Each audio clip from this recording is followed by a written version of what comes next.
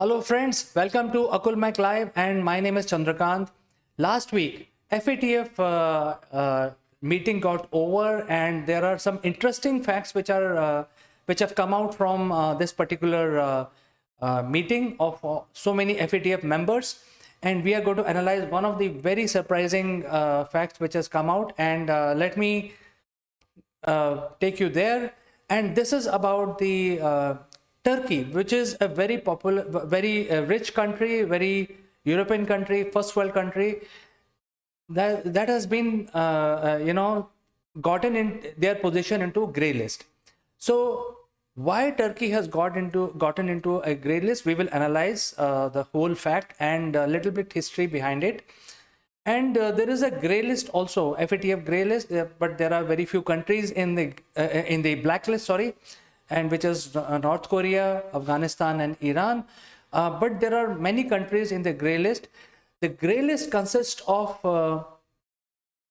the list of countries which are involved in some sort of terrorist activities, some sort of money laundering, generating black money, and routing it using some mechanisms and eventually funding the terrorist activity. So FATF is one of the task force which has been created.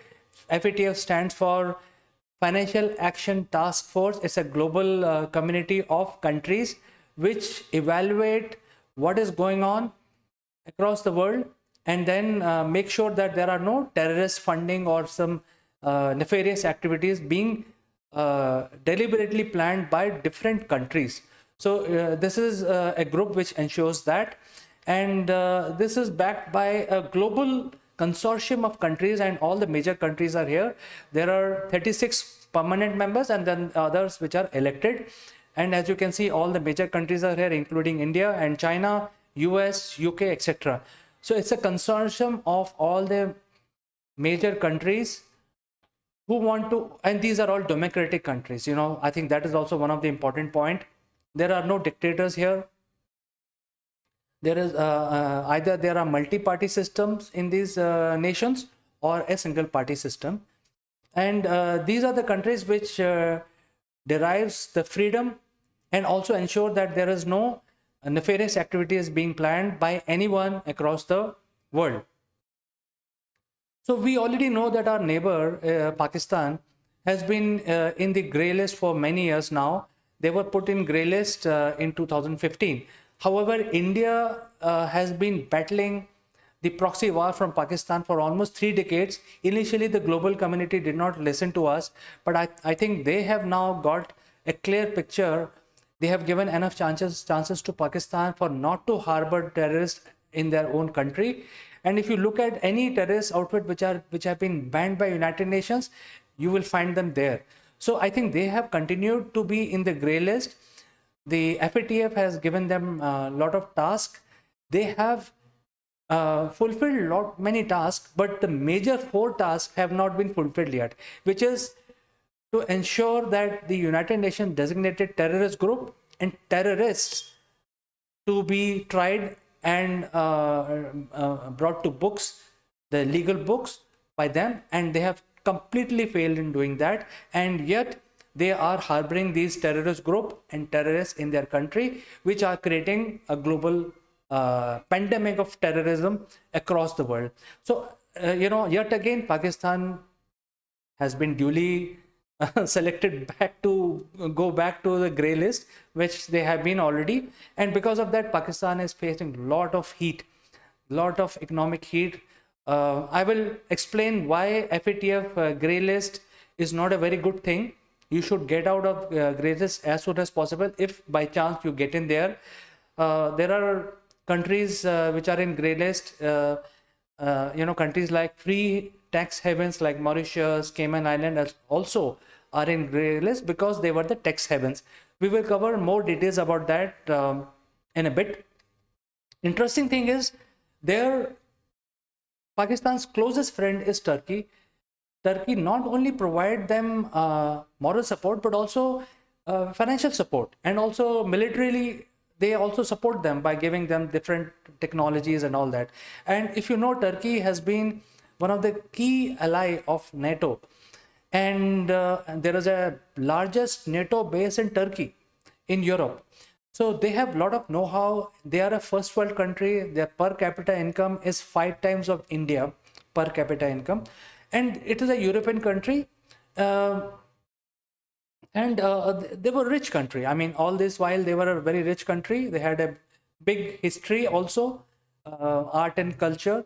People are quite outgoing type people. They are citizens and also very open-minded. I think you need to also understand the Turkey geo position, global political positions. They are they are the sort of a country which creates a bridge between Asia and Europe. And if you see, they are in a very disturbed area. Their boundary touches all the bad places like Syria, Iran, Iraq, Armenia, Azerbaijan, and all that. So there is so much conflict happening in their neighboring countries, so they play a very big role in geopolitical environment. At the same time, what has happened is that I mean, if you go back in history, they were very rich nation. They were Roman for many years, almost like 2,500 years. Even after the fall of Rome, the Roman Empire continued in Turkey, present day Turkey, until 1400 AD. After that, the Ottomans actually defeated the Romans, and after that, they converted the people forcibly into Islam.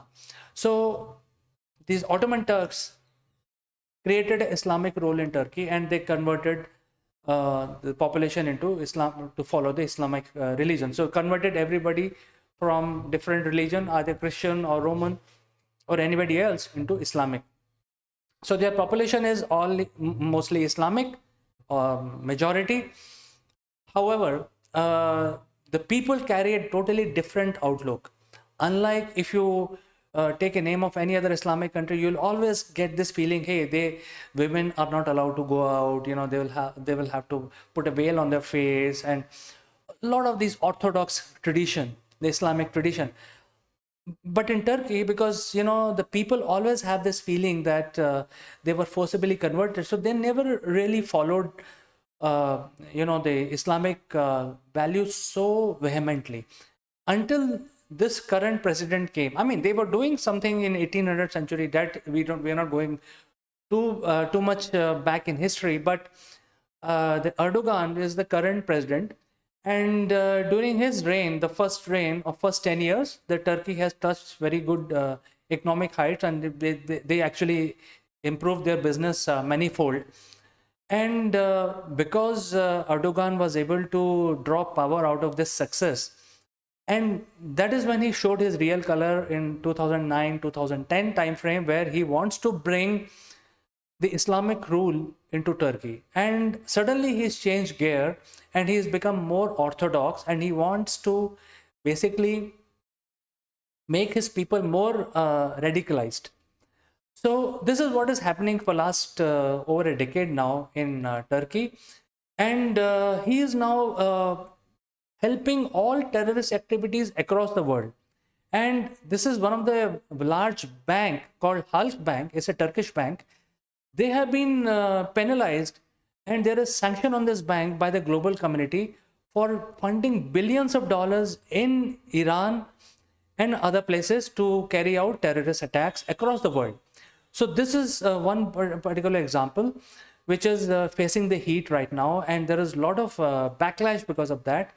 At the same time, the Erdogan does not like the liberal ways of doing things. He wants to take his country back to the Ottoman period, and he wants to implement the Islamic value system in his country for last 10 years. And I think he's become sort of a dictator, where he always says that it is my way or the highway. We will actually discuss more on that. Another thing I will have to talk about is this is the central bank of Turkey, and like any other country, there is a bond. Bonds are sold to people, and if you look at any country, the bond is the biggest deposit. So you give a return on the deposit. So a lot of money comes in the form of bond for any government. All countries do it. India does it. US does it. There are the government bonds which are provided, and these are typically long-term infrastructure bonds. So in Turkey, the return on the bond is now 20%. So if you compare the bond system in India, when you buy a government bond, which is a tax-free return, you deposit your money for 5 years, you will get about 5 to 6% return after every year, accumulated for 5 years, and then you will get your money tax-free. So this is how a bond system works, and this is by and large the bond system works across the world. But in Turkey, their bond is now return is now 20%. That means whenever the depositor come back to Turkey to take that money back, Turkey will have to give 20% return on year on year to the depositor. It's very high. So it shows clearly that how the money will be generated for this country. And at the same time, the currency has crashed, because when you are bringing this Islamic value system and you hate the interest word. In fact, Erdogan has several occasions in his speeches, he has said that the interest is the evil of all mother and father of all evils. So this is the thought process, and you're actually behaving like a dictator. That means my way or the highway. You're not listening to any sane voice in that country. You want to implement what you think. So the country's economy is sliding down, down, down, because you can actually behave like a dictator, but you can't control the market, even though you're a dictator. You can rule over people. You can do whatever you want. You can always say my way or highway, but you can't control the market. So the market has stayed away from Turkey, and because of that, gradually over 10 years, their currency has been devalued. Now, I'll tell you that, as I told you that Turkey was a rich country, and their currency was pretty strong with as compared to rupee. Few years back, their currency lira was valued at 25 rupees for 1 lira. And today, even though Indian rupees has also lost against US dollars, the lira is crashed so badly that it is now 7 rupees. So you see, the Indian rupees has also crashed a little bit, has lost its shine against dollars, and lira has crashed so badly it is now 7 rupees. So it is completely wiped out, and it is almost like 1/3, more than 1/3 drop in their currency value. So nobody wants to deal with you. Nobody wants to buy your currency. There is no value in your currency. At the same time, there is a huge deficit on your economy of 210 billion. And the FDI is almost a deficit of 20%. That means whatever money you could have got by attracting foreign investors, by setting up different manufacturing unit in your country, there is a deficit of almost $20 billion in that country. So the country is passing through a very bad economic, from the economic point of view. On top of it, you are now put into a gray list. That means gray list is an indication of how risky is that country. So if you're in a gray list, it is the global community telling everyone that if you want to do business with this country, with anyone in this country, you are at risk. That means there is no chance of you recovering your, forget the profit, even recovering your initial principal investment. So this is the meaning of gray list. That means as it is, you have slided down so much in last 10 years, and now you are put in gray list. So this is a matter of concern. An interesting thing, which is sort of a laughable matter, which is that the few months back, Turkey promised Pakistan, hey, I will help you come out of the FATF grey list, but now they themselves are part of grey list. So they will have to do something drastic in order to come out. And then if they start taking these actions today, it will take some time for them to come out of this precarious situation they are in. So they are sliding down. even though there are countries like Mauritius and other countries, as I said in the beginning, they have been able to rectify their issues, and they have been able to get out of the gray list, and they are into white list now. So primarily because the Mauritius was a tax haven, and these tax havens are used for these different money laundering activities. So Mauritius has fixed those gaps, and now they are out of it. So Turkey has to now stop behaving like a bully, and stop promising other countries, small countries like Pakistan, hey, I will help you come out. I think they have to watch their own deeds and activities and ensure goodwill of their people, which are very good. Actually, I feel their population is very good. And I think they have to seriously come out of this dictatorial method of governance, and they have to see that, how they can listen to their economic voices which are coming from their own country. So friends, this is something which happened last week, and I thought it requires our attention. Do send in your messages. I will reply to each one of them, and I will catch you in the next one.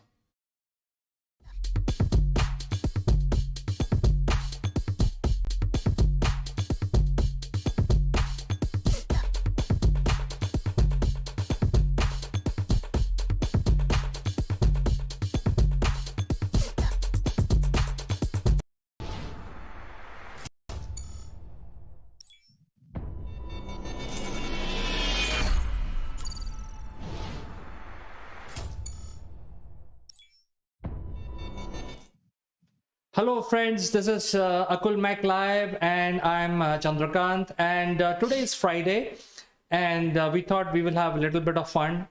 And when we talk about fun, I think we are trying to see, understand the common problem that all of us have, that is honking, and what this honking tells about your personality.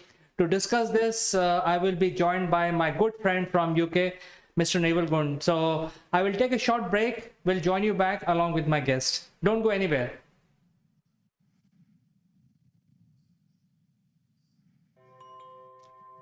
Hey Naval, good morning. How are you today? Good morning, CK. Good morning, everybody. Beep, beep. Beep, beep. Have you heard that today already? I have, and I haven't even been in the car. I've heard it from my study, where people just put their hand on the honk or their foot on the honk or whatever it is. So today we're going to be talking about being a happy honker. CK, are you a happy honker? Come on, Naval, I'm an Indian. I love to honk. Honking is in my blood. I like to honk for no reason. Well, the thing is, there is a reason.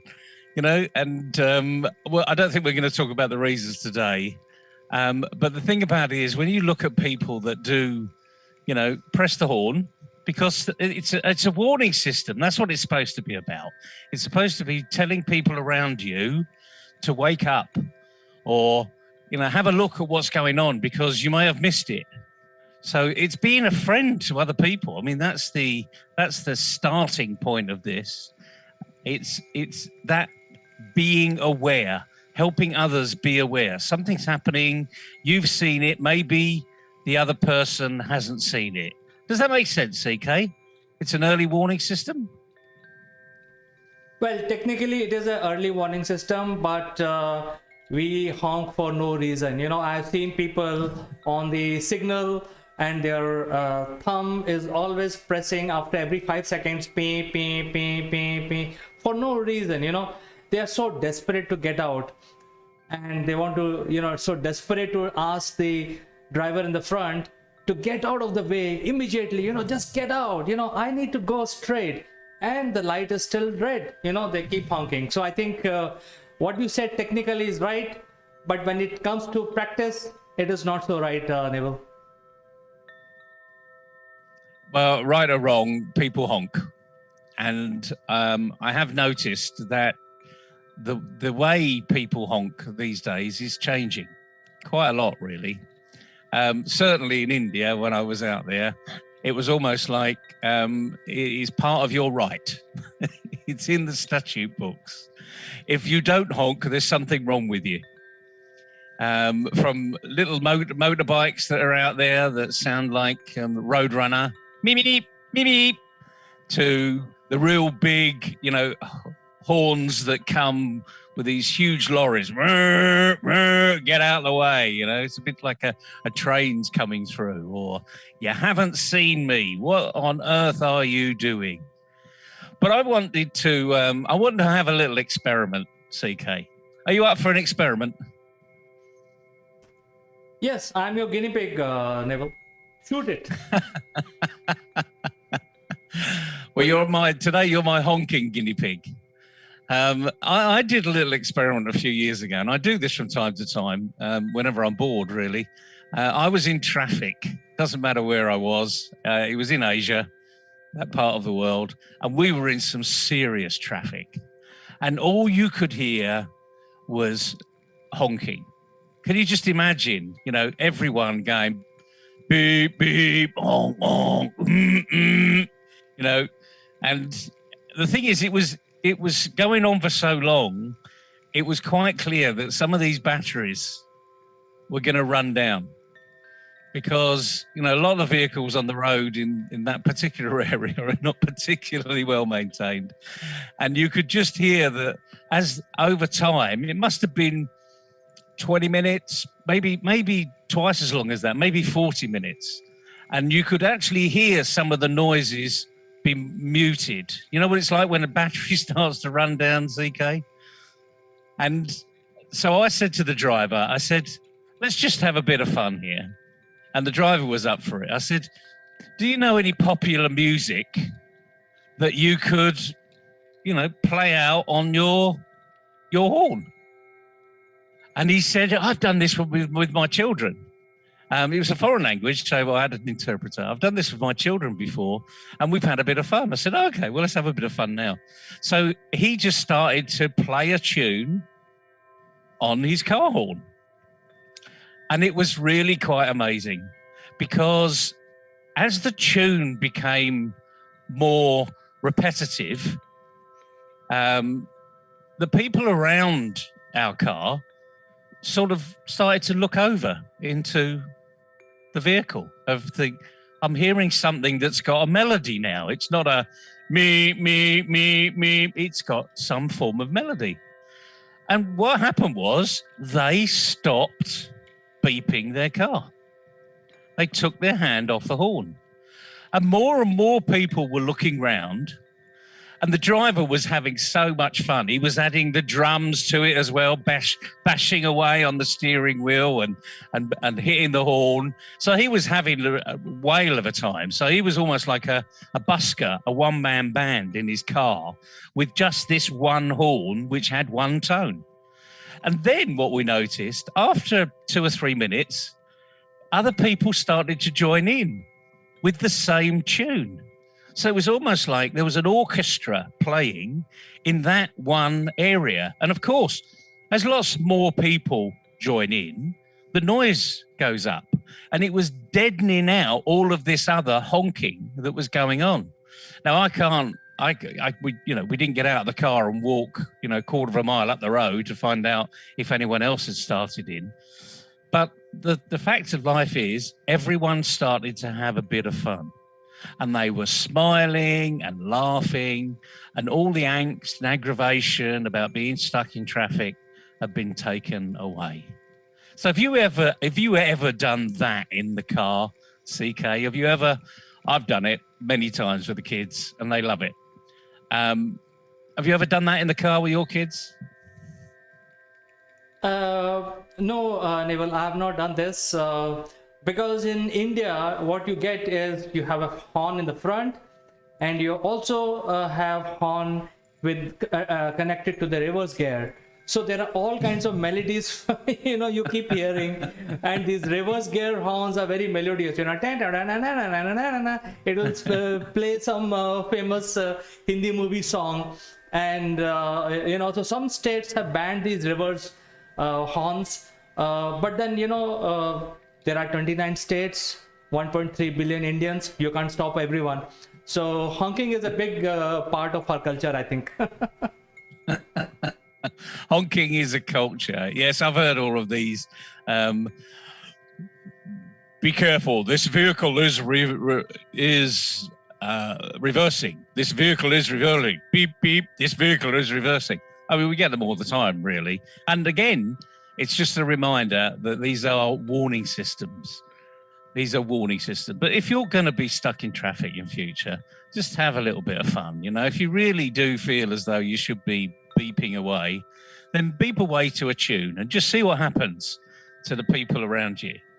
I mean, I'm regularly, you know, when I'm stuck in traffic, I don't beep away, but I'll have my music on, and if a particular song comes on where there's drums or trombone or trumpets or what have you, I'll be bashing away on the steering wheel, and I'm sure, you know, many other people look over and think, whatever he's doing, we need to be away from him.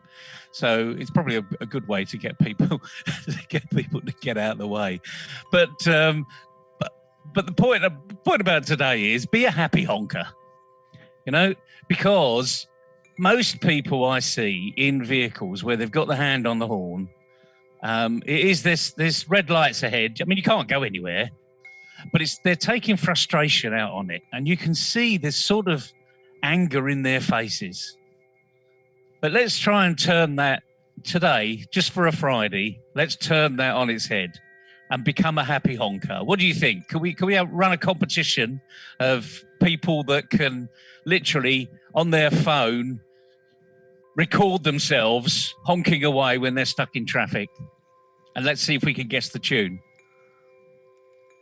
Well, that's a very good idea. In fact, this session is live, and people who are watching, they can actually submit their clips if they have. Otherwise, they can submit it later. I think it will be very interesting for involvement of people. And I think most of the people are honking. I think they're used to honking. I'm sure there are a lot of motor mouth kind of videos people would have. They can submit it here and we can have a little bit of fun. But I think you made a very important point. I think on a serious note, when you see people honking, what it tells about their personality, I think that is something also is important, because people honk in a different way. Sometimes it's frustration, sometimes for no reason, as I said, and sometimes for actually sending a warning signal. So, you know, what do you think? You know, different people, can you, put them in certain spreadsheet based on how they honk about their personality? What do you think, Neville? Well, I'm sure people will try to do that. I think what we can find out, we certainly will know someone's personality if they really do put their hand on the horn and don't take it off. But the fact of life is, if you're stuck in traffic, if there's a red light in front of you, guess what? I really would like to go. I would like to move forward. So anyone around me, if you're honking me to get out of the way, the real bad news is I have no choice. I have to wait for that light to change. I've been there many times this week, actually. This is the summer season of roadworks we have in the UK.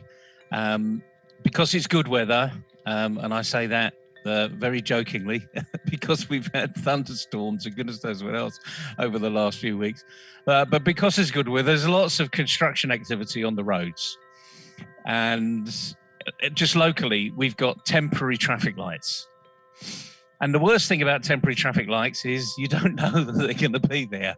There's no advance warning. All of a sudden, you just see this traffic light on a road that normally you're traveling along and there's literally no speed limits. Well, no real speed limits. You know, you're going along at the usual 30 or 40 mile an hour, depending upon what the local requirements are. But on my road, it's a 30 mile an hour road. And you just don't expect to see a traffic light in front of you. Anyway, the traffic lights were there. And regularly, you know, even when I'm in the car or I take a walk around the corner every now and again, I will see people beep the person in front because they hadn't noticed the lights changed. And some people are so fast at getting on that honk. You know, our lights go from red, amber, and then green. So the red amber is green's coming, you know. But as soon as sometimes the red amber goes, I hear people get on the horn.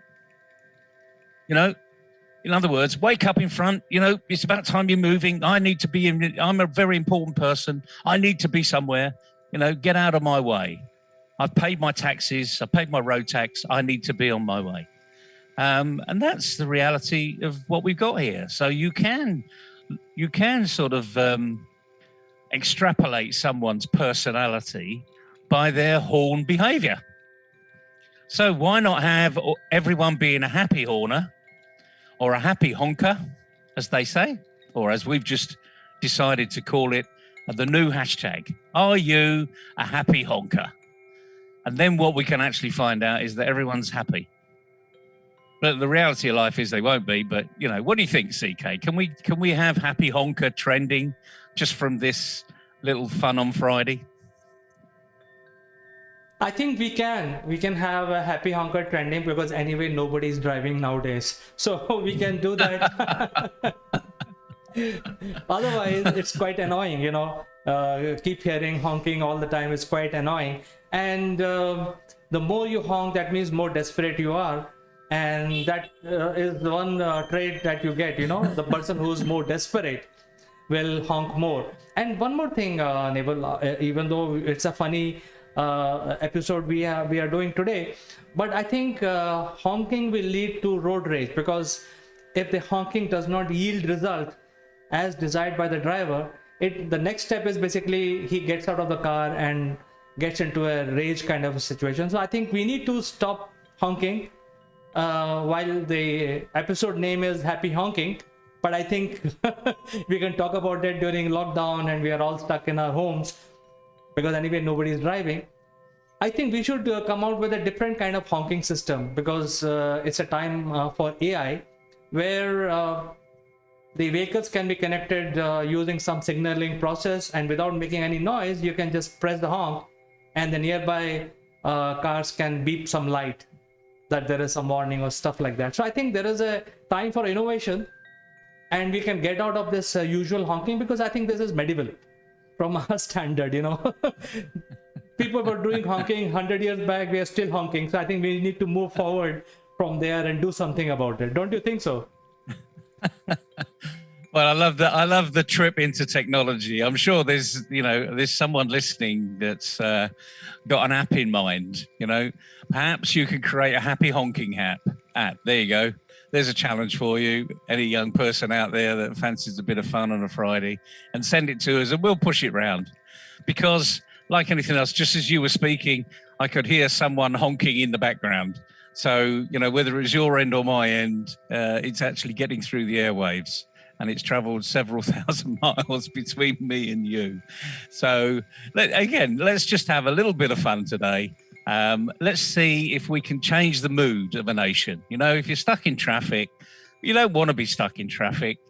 The people that have designed the roads don't want you stuck in traffic. You know, they've designed the roads actually to make traffic flow freely so that you can get to your destination in a comfortable way, so that you're unflustered, you don't get angry, you don't get annoyed. The last thing they want is a very angry driver. You know, when we're on the road, we all need to be friends to everybody. You know, give people the right of way if they've got it, and don't take any silly moves. You know, don't move from one lane to the next and become that road rager that people don't like. So, bit of fun today.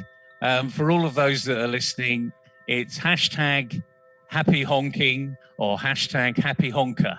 So are you a happy honker, CK? Actually, I can say I'm a happy honker as long as my honk is melodious. So I think I'm going to try this idea which you gave us today, which is, you know, train your thumbs to press the horn in such a way it comes out like a Mozart. Well, it's actually funny because as we speak, I've just had a text in from someone who's watching BBC News, and they've got the cricket on. And in the background, you can hear people hooting away. It's at Lord's, you know, the home of cricket in the UK. And apparently someone yesterday was sitting in traffic outside, probably a taxi driver, and they were honking the music to the introduction to cricket over here, which is okay.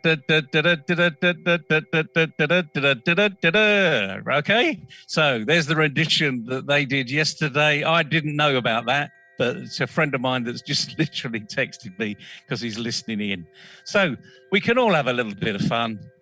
You know, no one wants to be stuck in traffic, let's face it. But you can take your temperature down, take your pressure down, and utilize these ears, or what's in between these ears, for a little bit more fun. And yet again, I hear a little beep in the background. So there you go.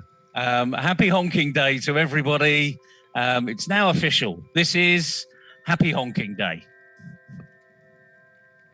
I think we can end our discussion on this positive note, Neville. And thank you so much for finding time and joining us to make our show very hilarious and also meaningful at the same time. We will catch up with you next week at same time on some other interesting subject. Have a nice weekend, Neville. And everybody else, enjoy today. Take the frustration out of driving and just relax. Have a little bit of fun when you're stuck. Take care.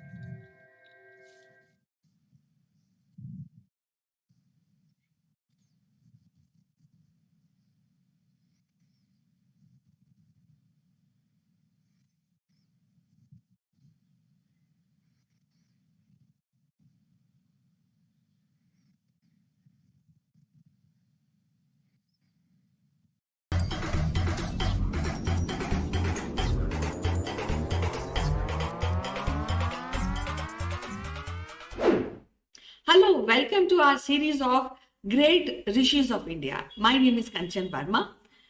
And you know that today we are discussing one of the greatest Sapt Rishi, Jamad Agni.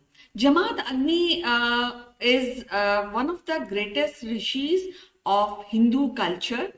And he is also a father of Parshuram, the incarnation of Vishnu, and he is also related to Bhrigu.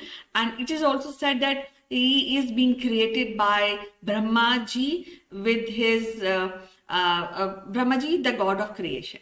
Jamadagni is well versed in inscription and weaponry, which is very, very important, and this is his contribution because he has not taken any formal training for weaponry. Jamadagni had 5 sons from Renuka Devi. Renuka Devi is one of the Devis which is being worshipped, especially in South India. Jamadagni was born from Satyavati, and you know Vishwamitra is also related to Jamadagni. And as I mentioned, Parshuram is the most famous son and is a known character in Indian history. Until Renuka's beheading episode, Jamadagni is often projected as impulsive and anger-driven. Parshuram was granted 3 boons by Jamadagni after beheading Renuka, for which he prayed for the following wishes, from Jamadagni. First is to bring back all his brother back to life with the memories of past without the episode of beheading. Second is bring Renuka Devi, which is Parshuram's mother and Jamadagni's wife, back to life. And then third boon Parshuram asked from Jamadagni is that he should relinquish anger and use his knowledge for the betterment of mankind. Jamadagni has contributed in writing Vedas and is more inclined to teaching of Vedas in those times. According to Mahabharata, Jamadagni also became one time very annoyed, as I mentioned, that he has a great temper with the sun, because once upon a time he was walking and he felt too much of heat, and this warrior sage, as we have discussed, he was good in weaponry. He shoot many arrows towards sun, and then sun became terrified and he came and appeared before the rishi and offered a gift. One is charan paduka, which we call in English sandals, and another is umbrella. So I feel that this is a contribution which is being done by Jamadagni. Maybe two people, Surya and Jamadagni, invented umbrella in those times. Growing up, his studies and achievement on Veda, as I mentioned, he used his science of weaponry in many ways. His father also instructed how to really use weaponry and study weaponry. One of the very interesting episode about Jamadagni is that there was a king, Kartavya Arjun. It is said that he had 100 arms and 100 hands. And one time he came to Jamadagni's ashram, and there was a Kamdhenu cow, which is considered a very pious, and she can deliver any of food items to people. And then this king, he said that I want this cow because if I have this cow, then there will be no shortage of food in my palaces and in my empire. But Jamadagni said, no, this is my cow. It's been given by gods to him. But this Arjuna king didn't listen to him. He took that cow, Kamdhenu cow, forcefully. When Parshuram came and he heard about this episode, then he became very angry. Parshuram, being the youngest son, is being loved by Jamadagni very much. But Parshuram went to the palace of Kartavya Arjuna, and he killed that king and bring back the Kamdhenu cow in the ashram.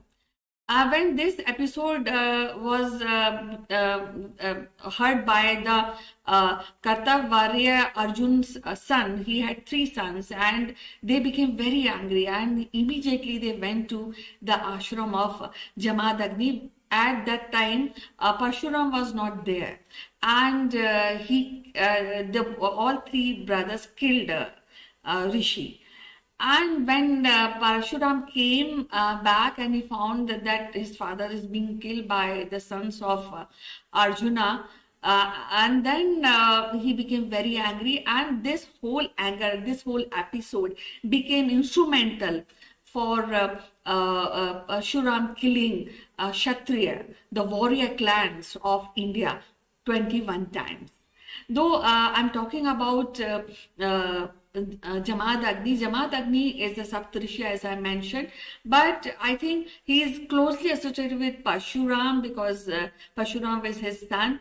A part of this, his contribution is towards teaching Vedas in those times to the public. So something which I would like to share with you, and he is also one of the Saptarishi. So we'll be meeting again with another Rishi of India.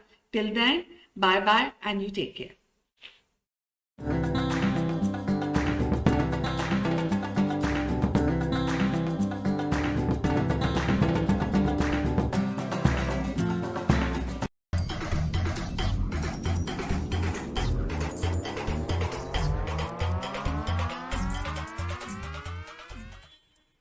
Hello, welcome to Akulmach Live, and I'm Kanchan Verma. And today, you know that in the series of great rishis of India, we are discussing about Agastya Rishi. He is a very profound personality, and he is very famous, not in India, but also in Indian subcontinent. Agastya was an Indian sage of Hinduism in traditional Indian tradition. He is noted as influential scholar in diverse language of Indian subcontinent. He and his wife Lopamudra are celebrated author of hymn in Sanskrit and text Rig Veda and other Vedic literature. The hymn composed by Agastya are known as verbal play, smiles, puzzles, puns, and striking imaginary embedded within his spiritual messages. Agastya appeared in numerous Itihas and Puran, including the major Ramayana and Mahabharata. He is one of the 7 most celebrated Saptarishi in the Vedic text, and he is also considered as Tamil Siddhar, which is, I mean, somebody who has attained a position of Siddhi, a position of spirituality, a position of equal to the God, and that too in the area of Shaivism, because he is a staunch believer in God Shiva. And when we talk about Tamil tradition, the Tamil tradition is also kind of grammar is invented by Agastya Rishi in Tamil literature. And he is also pioneer in the development of Tambra Panyan medicine, which is related to copper vessel medicines. And spiritually also there are many Shiva center and Sri Lanka and South India. He is also considered as the ultimate Puranic literature author.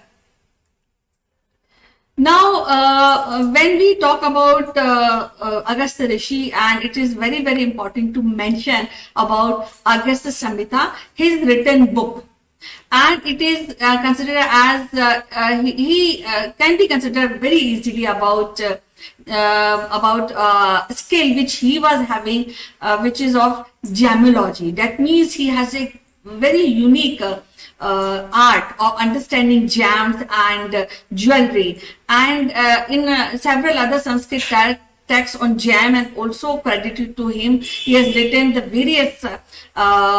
various influences and various types of gems and how you can make jewelry out of it. In Tamil tradition, Agastya is considered as the father of Tamil language, as I told you. He is also compiler of Tamil grammar. Agastya has been a cultural hero in Tamil tradition. According to legend in Puranic and epic, the ascetic sage Agastya proposed to Lopamudra, a princess born in the kingdom of Vidarbha. Her parents were unwilling to bless the engagement because they are concerned that she won't be able to live with this lifestyle of Agastya, who was living in jungle, who was not having any house, and they were thinking that how this princess can live in jungle with a rishi who is not be able to give provide luxuries of a palace. But the legend says that Lopamudra accepted him as a husband, saying that Agastya has the wealth of aesthetic living. Her own youth will fade with the season, but Agastya's wealth of virtue that makes him right person for her. So therefore, Lopamudra was married to Agastya, and she became wife. But in other version, it was also said that after the marriage, Lopamudra said she demands Agastya to provide her basic comfort, and a demand that she cannot live in jungle like this, and a demand that ends up forcing Agastya to return to the society and earn wealth. So going forward, according to many legends, it is said that he loved his wife very much, and he considered this request. The two legend which is related to his ashram, it is said that he lived in many places in India, and according to few legend, it is said that northwest Maharashtra, on the bank of river Godavari, he was having a ashram near Nasik, and that still called as Agastya Puri. And sometimes historian also say that his ashram was at Uttar Pradesh, which is near Kannauj. And a part of this, there are many variation about his ashram where he lived. Some people say that he was having an ashram at Satpura range near Madhya Pradesh. In Ramayana, Agastya and Lopamudra as described as the living in Dandak Van in the south slope of Vindhya mountain. Ram God Ram praised Agastya as one who can do things which God finds impossible. So his aura, his personality was like that he was required by everyone when there is a very difficult aspect of any problem comes in front of him. So he praised him like this. He is also described, Ram also described that one sage Agastya asked Vindhya mountain to lower themselves so that sun, moon and living being could easily pass over. So he's also described as such as a sage who used his dharma to kill the demons, and there are many stories regarding this, and his role of spreading Vedic traditions, and Sanskrit is emphasized in many instances, while in South India tradition, his role is spreading irrigation, agriculture, and of course the development of Tamil language, which is emphasized by many historians. There's a very interesting story which goes how a North Indian sage Agastya shifted to South. It is said that once in Skand Puran that the whole world visited the Himalaya when Shiva was about to wed Parvati, and this caused earth to tip to one side. Then Shiva requested Agastya to go to South region to restore the equilibrium. So thus Agastya migrated to South and on Shiva's behest, and when you really go in South India and other southern part of Indian subcontinent, you will find many temples of Agastya. He is being prayed as a god in temples. Several Buddhist texts also mention Agastya about so many contribution in many of his deeds. Now, when we come towards his contribution, I was telling you that in several Buddhist texts mention Agastya, and in even Java and Sumatra, there's a mention of Agastya Rishi and his contribution in many of the texts. He was particularly popular in Java due to his teaching of Shiv and Siddharth, which is easily accepted by Jaivinian society. He introduced the Vedic science and the Sanskrit script in these areas. His mention is also found in Cambodia, Vietnam and other region. In early mention of Agastya is traceable to about 1st million CE, but in 11th century, Jaivinian language mentioned Agastya Parva, which is a remarkable combination of philosophy and mythology. I would also like to mention that he is also credited for inventing dry cell. For this, I mean, if you recall that most people give credit to Benjamin Franklin for discovery of electricity, and this is how Benjamin Franklin had been the greatest scientific mind of his time. He was interested in many areas of science and he made many discoveries, invented many things, including bifocal glass. And going forward, in 1880, when Karl Gassner, a German scientist, invented the first dry cell. But do you know that in ancient text of Agastya Samhita described the method of making electric battery, and that water can be split into oxygen and hydrogen,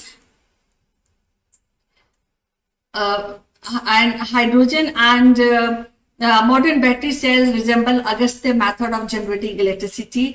For generating electricity, sage Agastya used the following material: one earthen pot, one copper plate, and copper sulfate, and wet sawdust, and zinc amalgam. He also mentioned in his book in a Sanskrit text, and the meaning of the Sanskrit text is that place a well cleaned copper plate in an earthenware vessel, cover it with by copper sulfate, and then moist, it is said then you moist the sawdust. After that, put a mercury amalgamated zinc sheet on top of the sawdust to avoid polarization. The contact will produce energy and known by the twin name of Mitra Varuna. Water will split by the current into Pranvayu and Udan Vayu. So this is how in Sanskrit text the whole process is being described. A chain of 100 zar is said to have given very effective force. When a cell was prepared according to Agastya Samhita and measured it, it gives open circuit voltage as 1.138 volt and short circuit current as 33 amps. So you see, the Augustus credited, he was a very great literary person. He has also great knowledge of gems and stone and how to make jewelry. A part of this, he's also credited of invention of dry cell making. So going forward, I would like to ask our viewers to share their ideas and their knowledge about this great sage of India, which is being popular, especially not only in North but also in South India. And we will find many temples of Agastya Rishi, especially in southern part of Indian subcontinent. So this was something which I wanted to share with you about Agastya. He is one of the greatest Saptarishi of Indian subcontinent, Indian history and Hinduism. So till next time we meet, I will look forward for your messages about this great Rishi of India. Till then, bye bye. Take care.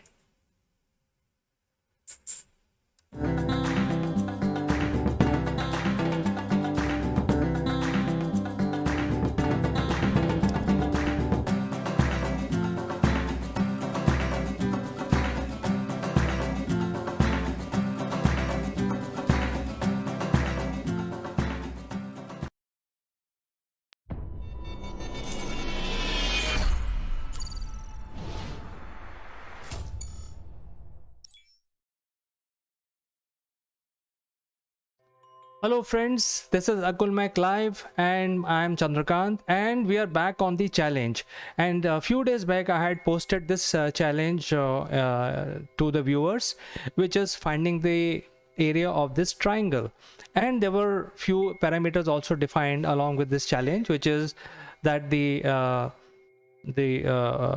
problem has entangled with some surrounding squares, and you are supposed to understand what is the distraction and what is the real thing and solve this. So the area of the triangle needs to be calculated.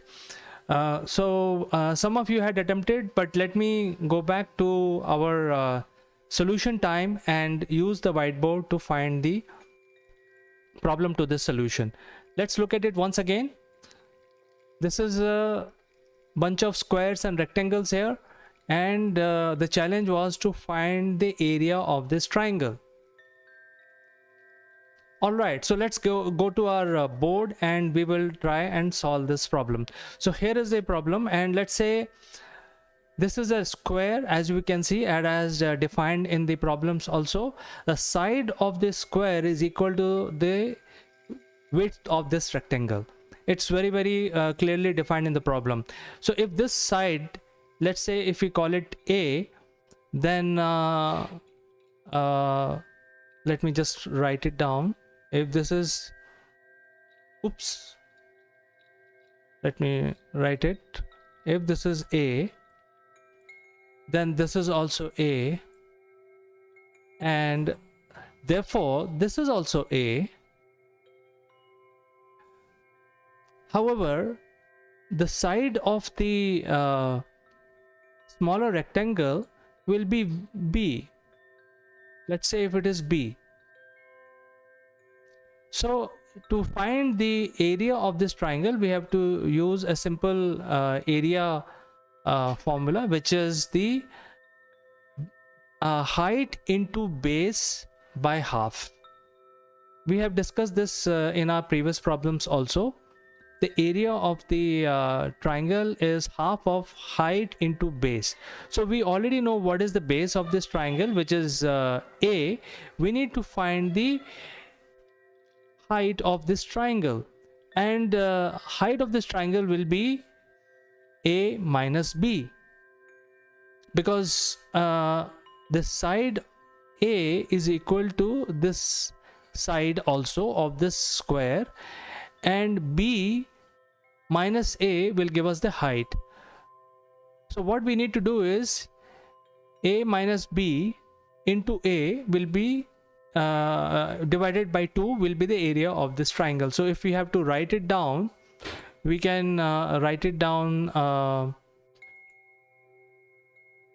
like this. I will create some space here first and write the area.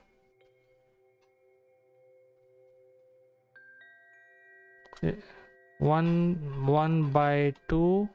Let me shift this thing so that you can see.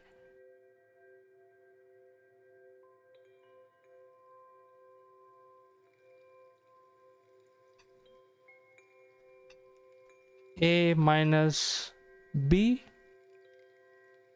into A. This will be the area of this triangle that I had given you as a challenge to find out. It's a very simple solution. We can further reduce it. We can multiply A and it will become A square minus AB divided by 2. So we can further simplify it and we can find the final equation. But I think this is simple enough. If we attach a value to it, say for example, if A is equal to 2 and B is equal to 1, then straight away A minus B is 1, and 1 into 2 is 2 divided by 2, the area will be 1. So it's as simple as that. So friends, did you like the solution of this particular challenge, which is challenge number 2?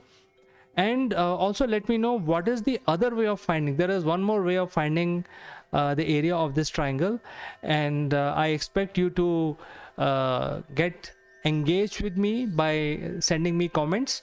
And also if you have any other way to solve this challenge, I'll be very happy to receive your solution. So I look forward to getting your solution, and I will also meet you in the next challenge. Until then, I'd like to say goodbye.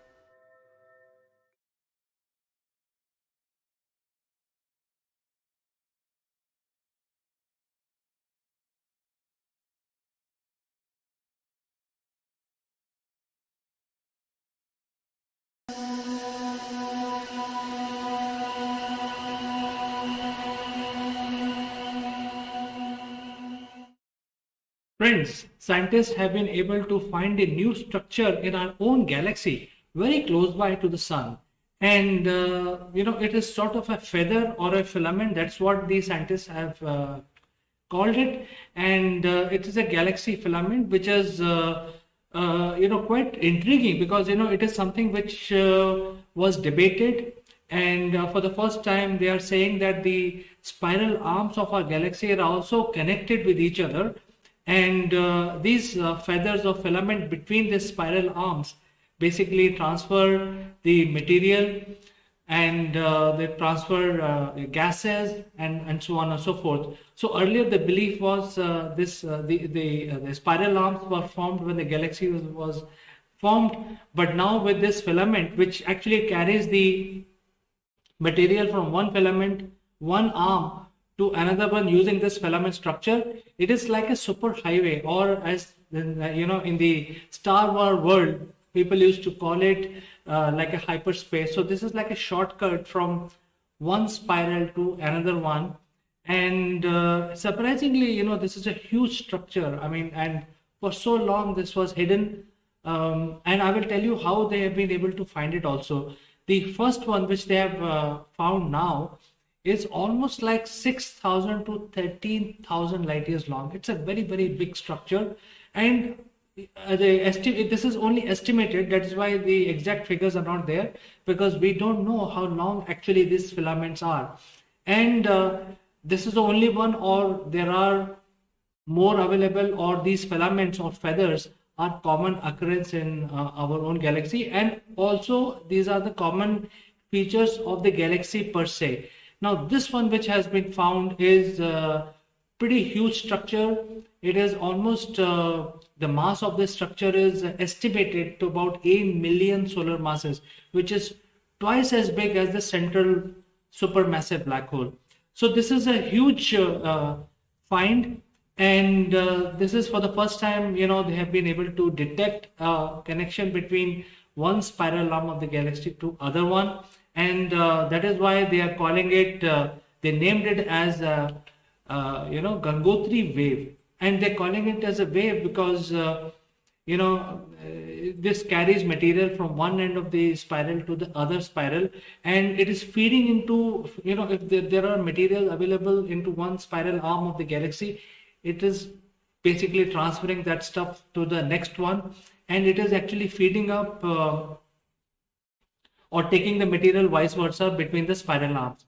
And why this has been called Gangotri? Because I think they have recognized what the ancient Hindus were saying or the Indians were saying, and so far it was treated as sort of a mythology. But I think if you remember, the Gangotri is a glacier which is primarily responsible for all the water which flows into Ganga river.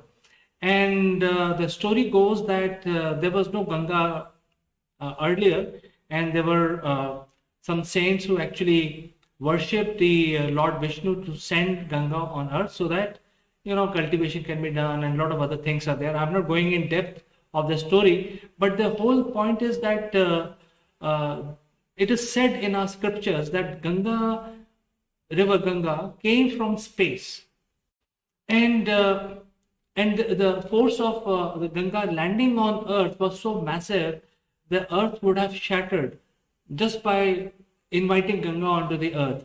So Lord Shiva basically, or Bhagwan Shiv, offered his presence there, and his hair actually stopped the flow of Ganga and make it calm so that it can flow nicely on the surface of the earth. But as you know, friends, that Ganga is responsible for the Ganges plateau or the Ganges plains, which is basically between Indus River and Brahmaputra River in the east. So on the west it's Indus River, in the middle is Ganga River, and on the east side is Brahmaputra. And this whole entire land, which is almost like 80% of India, is situated between these three mighty rivers, and Ganga being the most biggest of them. And the Ganga river has been given the title of a god also, because it has came down from space. Well, we can read all these mythical scripts. However, the ancients were trying to tell us something about the space. We can take this information and believe it as it is written in words, or try to analyze it and try to understand what they knew, which they were trying to tell us using these scripts. So I think this is something which has been found recently, and the surprising thing is, they were not even searching for such a structure, because for so long they have not seen anything between the spiral arms of the galaxy. So what they were doing is basically trying to find the gas. Now when it comes to gas, it's the carbon monoxide they were primarily looking for in the universe. And why the gas they were looking for? Because if the gas is cold, then it is associated with star formation. And now the hypothesis is, again, the estimated hypothesis is that these filaments are actually transferring gas from one end to the other, and the gas temperature is also colder, and it is basically responsible for building stars.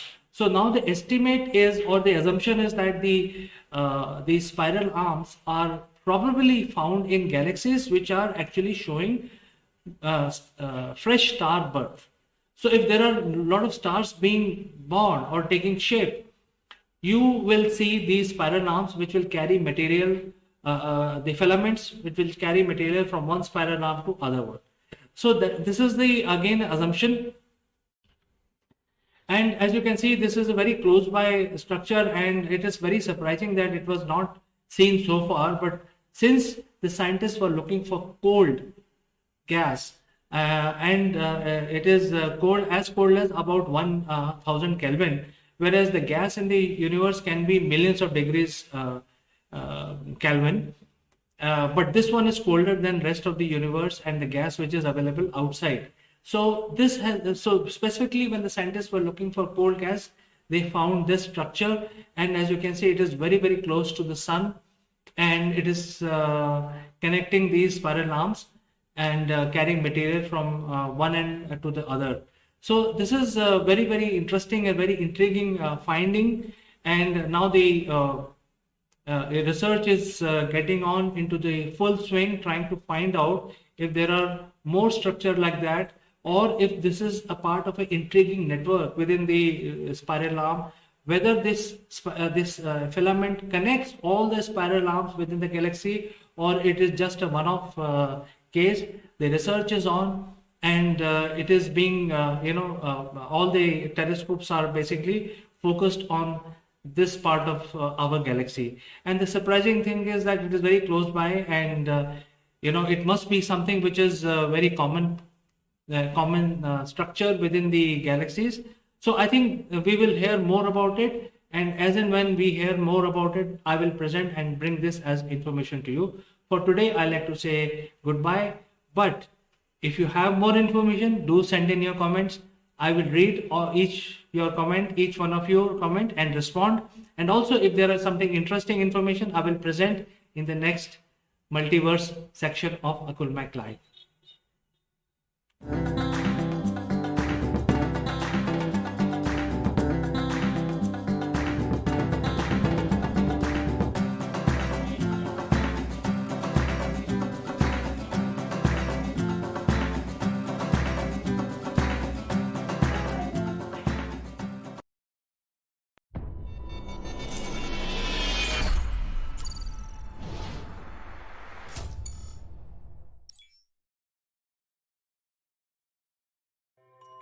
Hello friends, this is Akulmach Live, and I am Chandrakant, welcoming you once again on the challenge section of our channel. And if you remember friends, I had posted a challenge which is related to a simple mathematical pattern, and we want to solve this challenge today. Although a lot of people replied, because once you crack that pattern, you can crack the problem. So let me go to the whiteboard, and this was a pattern which I had posted, and I asked my friends and the followers to solve this mathematical pattern. So as you can see, there is a pattern involving here in this particular problem, and the pattern is if you look at it, it is very evident that there is a pattern which is there, and if you crack that pattern, you know the answer. The pattern really is that the numbers on this side are really the numbers which are adding up. So the next problem is that, say for example, in the first line, if it is 3 plus 5 equal to 8, what the pattern is that there is one number which is getting added to this side, and so it is like 4 and 6. So you have added one number to this side. And when you add this 4 plus 6, you have actually 10 as an answer. So how come it has become 18? And that is where the next pattern which is emerging, which is we are adding this 8 also into this 10, and that's how it becomes 18. Similarly, the same thing is repeated in the next line. So you add 1 here on this side, which is 5 plus 7, which is 5 plus 7, but instead of 12, it is now 30.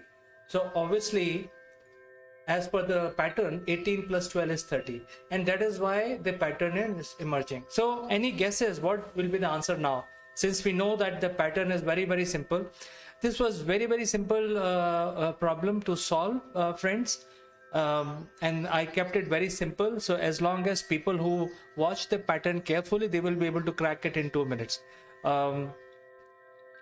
And since now we know I've revealed that what is a pattern here, let me also go to the solution. So answer is 60.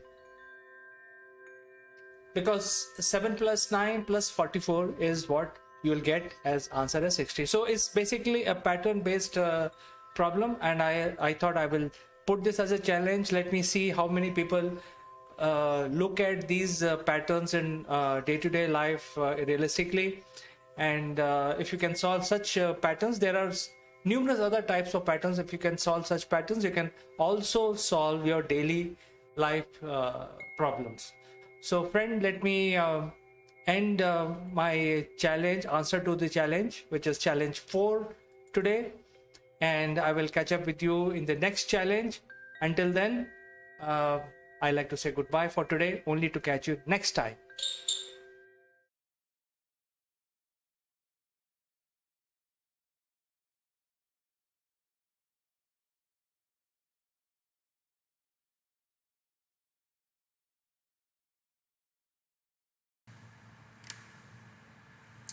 Hello friends, this is Chandra from Akulmach Technologies. Welcome to Top Brass. Today we would like to discuss about deportation of Member of Parliament in the UK Parliament, Debbie Abraham. And she got deported soon after landing into Indian airport without a valid travel document. So why a MP from UK flying to India without proper travel document, and they got deported because obviously no country will allow anyone to enter their shores without proper travel documents.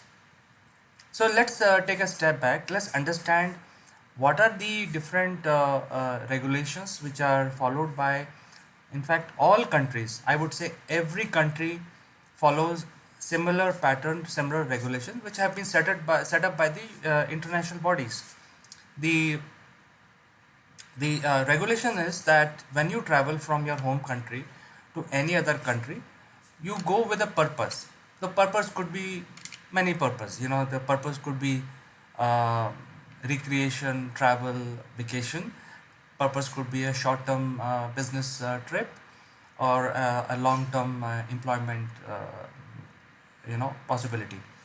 So these are the 3 to 4 activities. There could be 1 or 2 more activities, like for example you're going on a research vessel, or you're entering temporarily because you are doing some research on a subject. So there are various classification which allows every country to get or welcome citizens of other countries. So when you get into even a tourist destination like Thailand or Mauritius, any country today, you have to always define, or you have to tell the visa officer that what is your purpose. Your purpose is vacation, and the visa officer will ask you for how many days you are going to live in my country, where are you going to stay, how you're going to carry on your take care of your expenses, and so on and so forth. Because no country will have a situation where the people from other countries come into their country without a purpose. No country will allow. So that is how the regulations which are followed by every country today, whether it is large country like United States or UK or India or China, you have to have a purpose, because you are now going out of your home country to another country, which is called foreign. So now, why a member of parliament come to India without proper document? So obviously, the Indian visa officers will reject her entry because she does not have a valid visa. And the best part is the Indian authorities tried to give her visa. They said, yes, we will give you the visa. You are most welcome to our country. But tell us your purpose. Tell us where are you going to stay.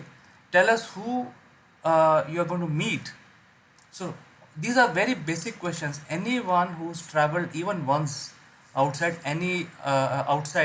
from their home country to any foreign land should have answers to these basic questions. And see the arrogance of this person. She says, I don't know anyone, and I do not know where I'm going to stay. I will find. but you give me the visa. So, so my friends, the point is how any country, a sovereign country, accepts this kind of narration and grant visa to somebody who comes without a purpose. After all, you are a UK citizen. You are entering a sovereign country like India. You have to give your purpose. You may be a member of parliament, but you should have a proper travel document. So I think this is where the situation is, and I'm aghast to see that there are people who are talking about that Indian government should have given her the visa. But you have to tell, you're a foreigner, you have to tell what is your purpose. Without saying what is my purpose, either it's a vacation or some business or some discussion, which country will allow you entry into their own, to a foreign person. So this is something which I wanted to bring to everybody's notice, and this is a discussion item. So I most welcome your comments, and I will try and reply to all your comments as quickly as possible. So as usual, I will see you tomorrow. Bye bye. Hello, friends. Welcome to Akulmach Live. I am Chandrakant. Have you ever given a thought about 98% people in the world today do not achieve their goals, and the successful people are only 2%? Why these people are so successful? We have analyzed, and we want to bring this whole discussion to you today. There are 6 elements which we will discuss and explain to you one by one. Before we start our discussion, I must tell you that there is a QR code right now, which is on display here. You can just point your camera on this QR code and instantly get connected to our channel. So I will be joining you after a short break. Don't go anywhere. This is a very interesting show coming up right now.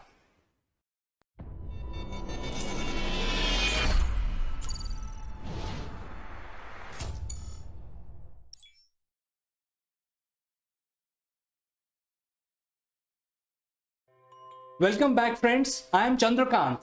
I'm Kanchan, and today we are discussing very crucial aspect of success, and that is passion. Why passion? Because if we don't love doing something, we are not able to get success in life. Because passion drives us, and passion is important because we should love what we are doing. As you see, Chandra, you love making shows, so it is good, and you put your heart and soul in that, and that is the definition of success. So when we are passionate, because nature has given us all attributes. Few people are kind, few people are good in maths, few people are good in running, and if somebody is good in maths and end up in doing a marketing job or something which he or she doesn't like, he will not get success, and part of this she or he will not be happy doing. So I think it's very, very crucial to really have passion in life to get success. That is the ultimate one point which everybody should think about it and do their jobs and do their work towards getting happiness out of this passion, and you have to develop that passion, right? Absolutely, Kanchan. Passion is the most important attribute that one should have, any entrepreneur. But I think after you have got the passion, you know exactly what you love to do. You have to set up a goal. Right. Because if you don't set up a goal, then you will be wandering your life aimlessly. Every successful person has a goal. You have to define a goal, definitely, whether it is a 5-year goal or a 10-year goal or a life goal. A goal has to be defined by every entrepreneur or everyone. Even a student must have a goal. A manager must have a goal. A chief executive must have a goal, and so on and so forth. So I think the goal is the second most important attribute of attaining success. Kanchan, don't you think so? Yes, definitely. And when we're talking about goal, and you see goals, once you achieve that goal, there are many goals. So there are sub goals, and then there's the main goal. So actually this journey starts with small success and ultimately getting a larger success. And for that, we have to do, should have a strength, we should have grit to achieve something, right, Chandra? Yes, grit is also very, very important attribute of success. It is basically your ability to, or your strength to handle failures. Because once you have defined goal, the path towards that goal is not a straight road. It is always a winding road. And how much strength you have, how many failures you can, you will face and still get up. You fall, you get up and get back on the road, and so on. So that is why the ability or your inner strength to handle failure is also very important. And I think it is the responsibility of everyone, every individual, every human being, every professional to develop this inner strength to handle rejection, to handle failures, because failures is what will make you more strong, resilient, and then you will start looking at your goal much more clearly. Well, yes, because if you don't fail, the success will never come. And any point of time, we have to fail to rise again. So that is something very, very crucial. And as everybody says, failure and success is part of 2 coins. So we'll not be very happy when we are successful, and we shouldn't be very sad when we are a failure, because I think that is a stepping stone. Once we fail, we know how to really overcome our weaknesses, and for that we need planning. Now when we are talking about planning, what happens, I've seen it is applicable not only to CEOs or professionals, it is also applicable to the parents, to the children, because we dream, or parents dream, that their children should become maybe a bureaucrat. But what planning they have done, they have realized the passion of the child in themselves, or they have done a suitable, they have managed a suitable environment to make a child a bureaucrat or a scientist or a space astronaut. No, at the moment, I think parents don't do that. So planning is very, very essential to get success, to be successful, and all leaders in the world, they have done planning before executing that plan. And there has to be one plan A, plan B, because we cannot be sad about once we get failure. So planning step by step how I will be doing. And I think life is living life is an art, and when we see living life as an art, so passion comes into it, and then planning becomes a very crucial aspect of it, right, Chandra?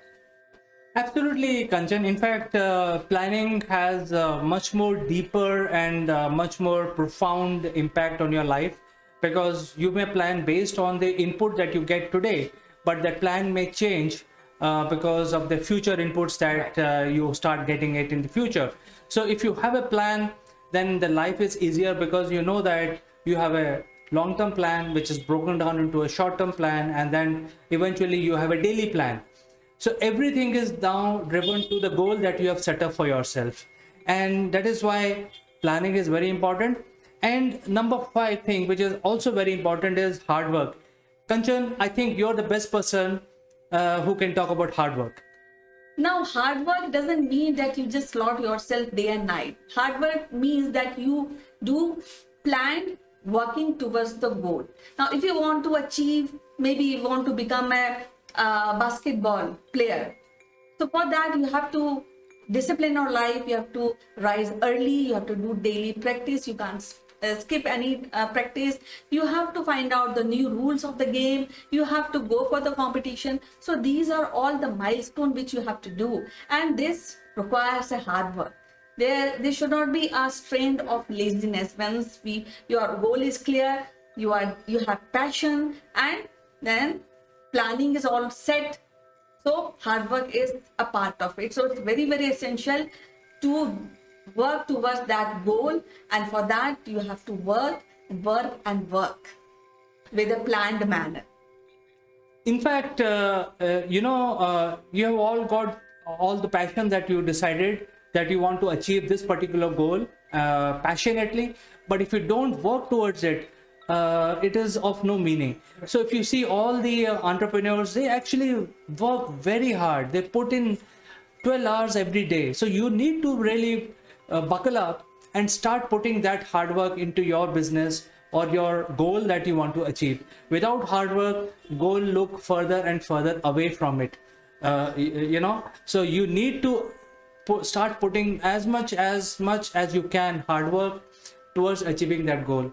And number 6 point, which is very important, is having a very good support network. Kanchan will talk about enlighten us about the value of having a support network. Well, as I mentioned, that life is an art, and when we think of passion, we think of living life in a style. Then support system plays a very valuable role, because we all are given one attribute, which is inherent by birth. We can be good in one subject, we can be not good in another, but we have to realize that where we are good and what are our weaknesses, and for that we need families and friends to cooperate us. And when family and friends should also be prepared to go into that cycle of the same path one individual want to achieve. So anybody who has set a goal should listen to the advices, and anybody who is helping the conqueror, who wants to, the one who wants to conquer, should help every and on every step, should guide. A guidance should be proper. So that means the whole family unit or the community unit should be synced with that kind of idea.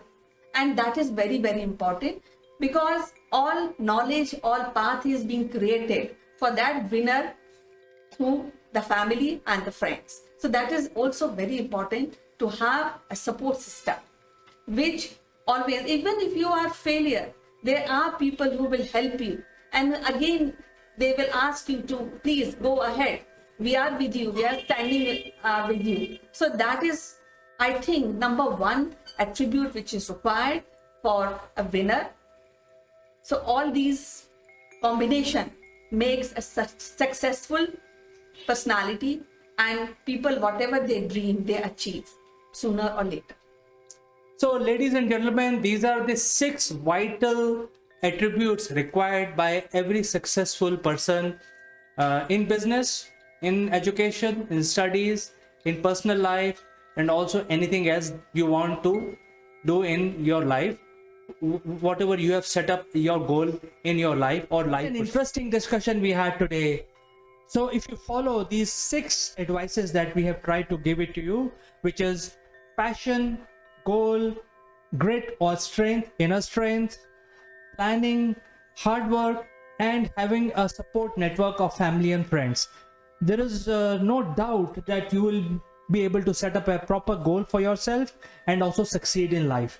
So friends, I look forward to your comments. Do engage with us, and based on your comment, we will try to bring you live with us next time in the next event. But for now, I like to say goodbye for today.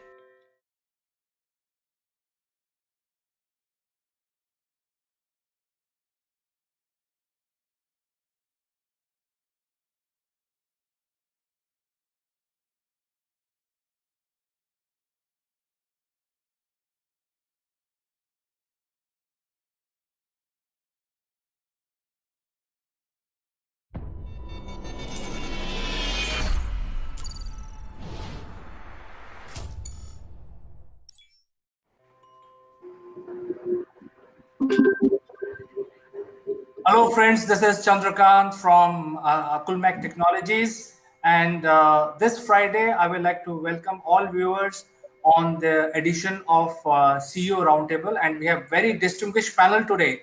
I will introduce our first panelist, Mr. Satya Madala. He is a CEO of a very emerging and pioneering company, which is known as Single Point Solution. Welcome to CEO Roundtable, Satya. Thank you very much, CK. So thank you very much for introducing me to this panel. Most welcome. Now, our second panelist is Mr. Neval Gund. He is the chairman of Mindfit Limited from UK, and he has a vast experience of working with global organizations, and now he is helping young population of the world, works with many companies across the world, and he also works with us. Welcome to CEO Roundtable, Neville. Good morning, CK. Good morning, everybody. Looking forward to an interesting discussion. I'm sure it'll get heated because it's about the future of the world, not just individual countries. Certainly, Neville. Our next guest is Ms. Farida Charania. She is joining us from Singapore, and she is the CEO of HR organization known as Career Zoom. So, welcome to the panel, Farida. Thank you, CK. Lovely to meet all of you again, and hello to all our viewers.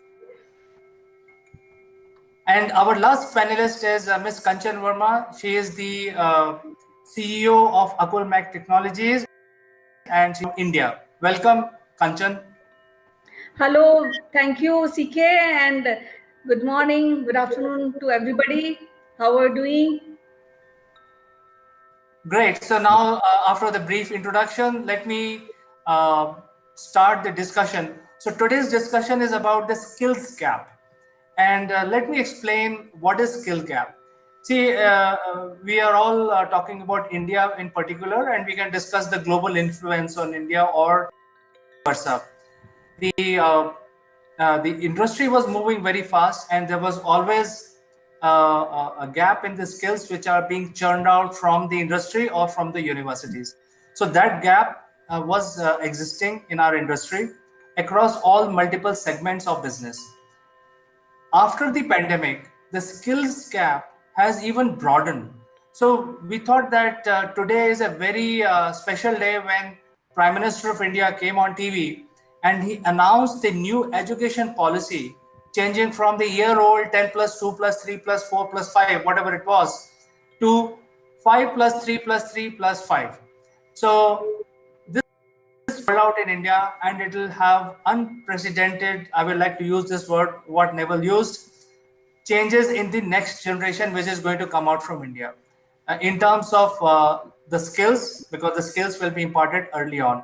So the point of discussion today is the skills gap that exists in India, and I would like to invite Satya and ask this question because he is day in day out grappling with this situation, because he is a CEO of multiple companies, and across all tech work that his companies does, he faced this issue. So Satya, what is your opinion on this discussion point that we are talking about? Yeah, CK, like coming, when we are entering into this topic, I wanted to address it.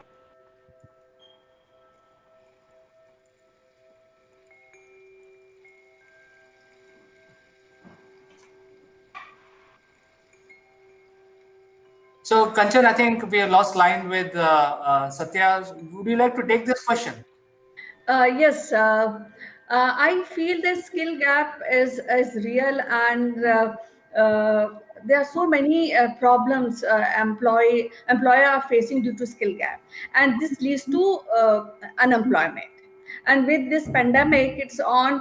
So the new digitization is done, and due to this digitization, also many people, many professionals are not comfortable because they are not one to one. They are not talking one to one. They're not able to do that, and that's why they feel that they are not having a real time interaction with the people.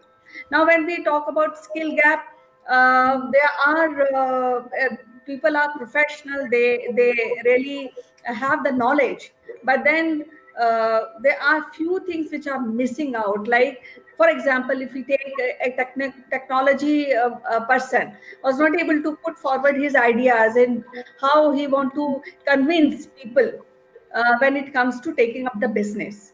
So this is a very real thing, and it's very painful also, because people have the ability, but there's something which is missing and they are not able to put forward and take up the decision and do a productive contribution.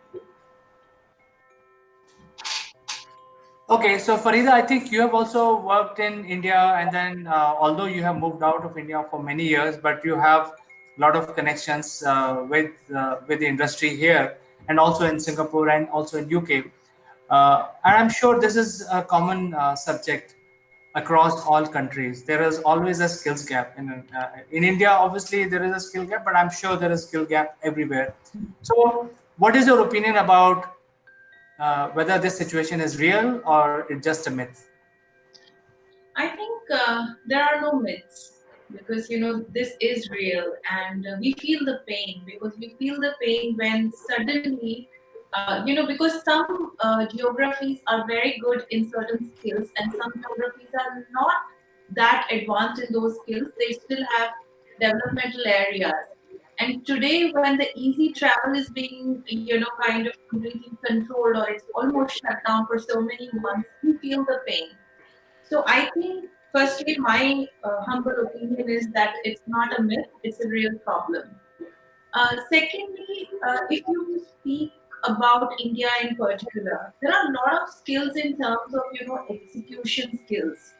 So there are a lot of ideas. There are skills to execute that, but I think the gap which I see, and this has been my experience speaking to my peers in the industry across border, that the most strategic middle layer, so it's not the top layer but the most strategic middle layer is really missing, because I think either there are people who are very probably would like to take a lead and they can actually formulate an idea, have a vision, and then there are people who will probably do those things. But the key component where I see a gap is that skill to bring all of that together. The curator of results, basically somebody who will speak the lingo on both sides, is missing. So, and that's a real problem. That's a real gap that I see. So let me ask this question from Naval, because Naval is the most experienced among the panelists today. He has a lot of experience working with multiple global organizations. So Naval, what do you think right from beginning when you started your career many years back till today or till yesterday, did you feel any skill gap while working with your colleagues? Well, it's a fascinating question, and both Farida and Kenshin mentioned the pain. This isn't a myth; it's a reality. There is pain in what organisations are doing. We feel it throughout the organisations. People, even if they've got a fantastic idea, they can't get that message over. They can't explain themselves to get other people enthused about it. I mean, it's quite clear. It's quite clear that they're enthused and excited, but other people aren't. And we've only got to look at, you asked me, go back all those years. Let's all go back all those years. Let's all go back to the classroom. When we were sort of 5, maybe 6 years old, and we're sitting in the classroom, and the teacher asked for a volunteer. Did you volunteer? I did. I was always volunteering for everything. No, there you go. You see, we've got one honest member of the panel this morning, and it starts then, because if you volunteer, you've got something different. It's nothing about this isn't about academics. The skills gap isn't about being academic. It's about having those soft skills and the other things that underpin those soft skills, like volunteering. What makes you volunteer? Well, I was excited. I wanted to learn things. So I would always be first. So my hand would always go up. You end up being the teacher's pet if you're not careful. But that's up to the teacher to say, no, you've had your chance, Neville. Let someone else have a go. But the point is, you've only got to walk into a classroom today and walk into doesn't matter what classroom you walk into. And I recommend anyone does this, actually. Go into a classroom, ask permission, walk into a classroom, and be introduced and ask a question, and just see the spark in their eyes, because they'll all have a spark, but some will have a bigger spark than others, and they're the ones with the right attitude, They're the ones with the confidence, with that resilience. They don't have a fear of failure, as we might call it these days. They don't even know what failure is, frankly, because they couldn't explain it, even if they saw it. But just look at it and you'll find about 10% will volunteer. Now, that's not good enough, frankly. That is really not good enough for the future of organisations, for the future of the country. So although India has gone through this massive restructuring in the education arena, my guess is it's still academically focused.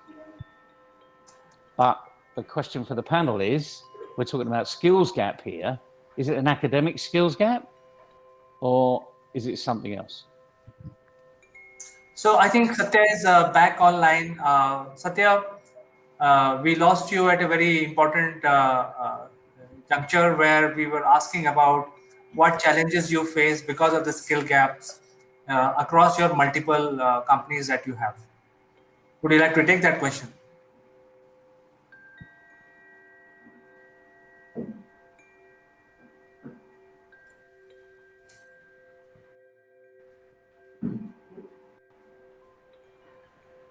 Looks like we're having a few problems. Maybe the monsoon has hit. So I think we will ask this question from Satya once his voice is enabled. So we are trying to get this voice patched up.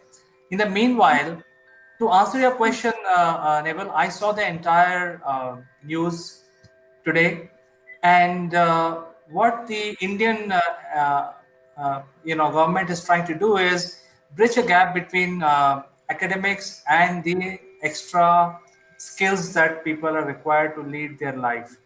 So what was happening all these days is that there was a stigma which was created for last 70 years after we got independence, that if you're not doing this, then you're nothing, you're not good enough. And that stigma was created by everyone in the society, by the society itself. We can't blame anyone. It is how the society evolved. And now we have realized this. I think it's not today's realization. It was realized 30 to 40 years back. But the government of the day today had guts to change it. And I think we discussed some time back that because the students are not in school, there is nobody in colleges. So I think this is the right time to make the change. So that is why the government is making all the changes here.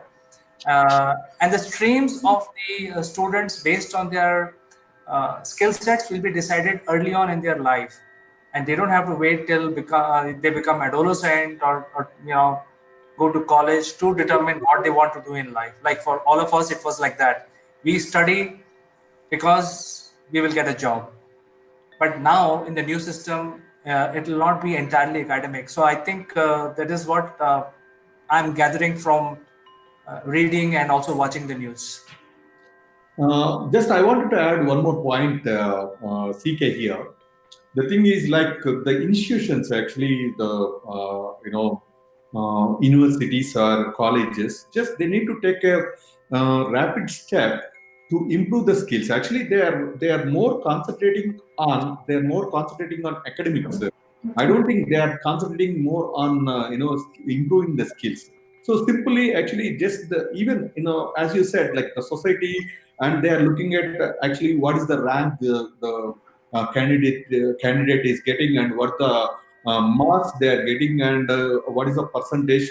So they're concentrating much on it, but they're not concentrating on communication skills and technology skills, and they're not trying to improve practical skills, wherein actually you see if you take Hyderabad, so people actually, there was so many institutions who is training on this IT skills, but they're not they're training them and sending them out. But actually, they're not looking at how the candidate is coming out with some sort of experience. So they're not looking at people. Actually, even society or parents or the institutions or government, everybody, they need to take a rapid step to improve the skills. So practical skills, actually, it requires some infrastructure also. Not only from these institutions, even from a government side also, they need to provide some sort of. If you take a China, actually, I have some Chinese friends out there. So just they created infrastructure, and if the candidate wanted to go into some sort of sector, so they can go and train in the labs, and they can apply their mind and improve their skills.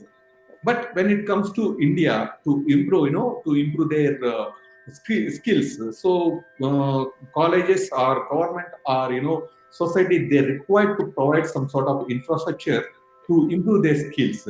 So that's what I found in Indian market, wherein actually it is possible. It is possible, and wherein actually it won't take much. Like financials are. It won't take much time also, but they need to provide some sort of infrastructure towards to that the candidate practical what you call like a practical things required to improve their skills from the candidate side. So my observation is wherein actually when I call somebody, we are maintaining some domestic placements also, domestic resource placement. But when it comes to actually candidates are quite well, and so they are able to just pass their some sort of levels, but very less people, say almost 60%, 60 to 65%, they're failing at practicals. So if they can concentrate on that area, so you can close the gap. So the skill gap can be closed in that way. So, Satya, let me ask you this question. You have raised a very important point that the source. So, there is always a demand and supply. So, in case of human resources, also there is a demand and supply. Yes. And obviously, supply is coming from the colleges and universities. Yes. And our experience is that they are not doing enough. So, I think one of the point which has been highlighted today is that the universities have to change their curriculum. I think with the new education policy, I think that will fall in place. But today we do not have a solution. So let's discuss about today. Satya, your organization, yourself, you are well known globally. You are among the top 30 recognized technical person globally. Your companies are doing pioneering job. You have realized the opportunity at early stage, and you're trying to bring the change to the people for India as well as around the globe. So what you need as a company to succeed, because obviously you need people, you need skills, you need infrastructure, you need government. So what is that you need from the skills perspective to make your company successful? See, here again, coming to this point, actually we required some sort of experienced guys in the market to come up with the new products. But the problem here is everybody is concentrating on particular sector. Not that it is not enough from the candidate side. Candidates should be trained on known technologies and different technologies, and we require a multi-talented people. So the institutions are actually the colleges or universities. Just they're particularly concentrating on particular technology. Not that it is not enough at all. So nowadays actually in IT, if you take IT, um, actually the technologies are overlapping. So the plugins, whatever the companies, Microsoft or other companies, they are coming. Actually, they are coming up with the overlap plugins. So to manage that, the particular skill set is not enough. So people, actually candidates, required to train on multi skills, multi technologies.